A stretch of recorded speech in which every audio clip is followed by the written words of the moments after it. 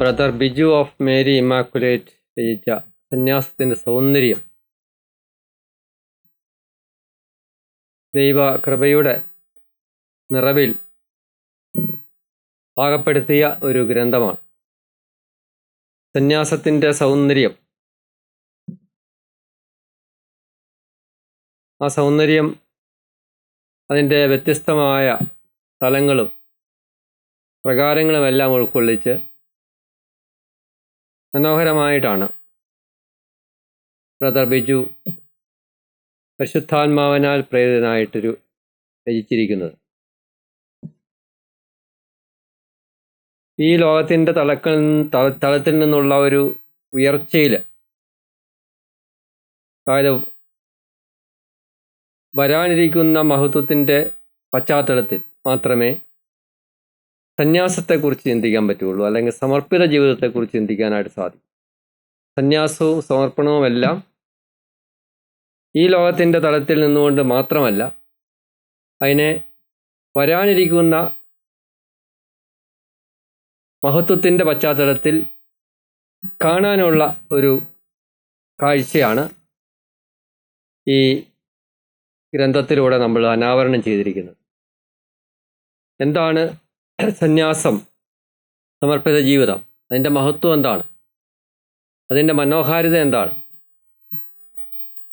ആ സമർപ്പിത ജീവിതത്തെ ഇന്ന് എപ്രകാരമാണ് ലോകം കാണുന്നത്?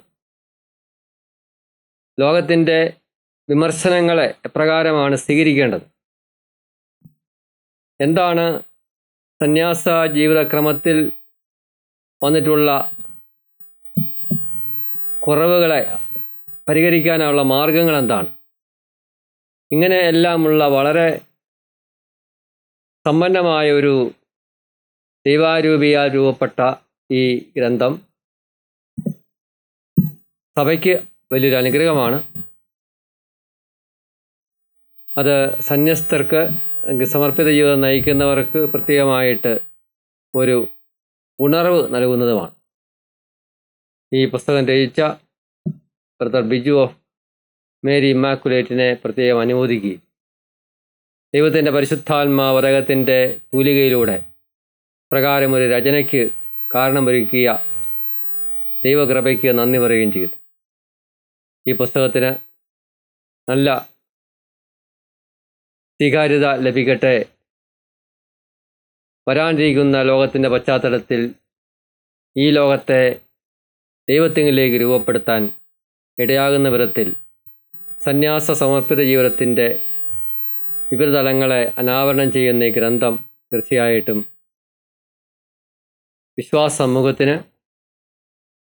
അനുഗ്രഹമാണ്. എല്ലാ തലങ്ങളിലുമുള്ള വ്യക്തികളെ കൂടുതൽ വിശുദ്ധീകരിക്കാൻ ഇത് കാരണവുമാണ്. ഈ പുസ്തകം ദൈവകൃപയ്ക്ക് സമർപ്പിക്കുന്നു.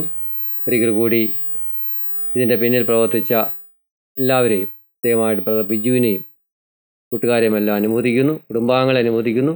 ദൈവം നമ്മെ എല്ലാവരെയും അനുഗ്രഹിക്കും.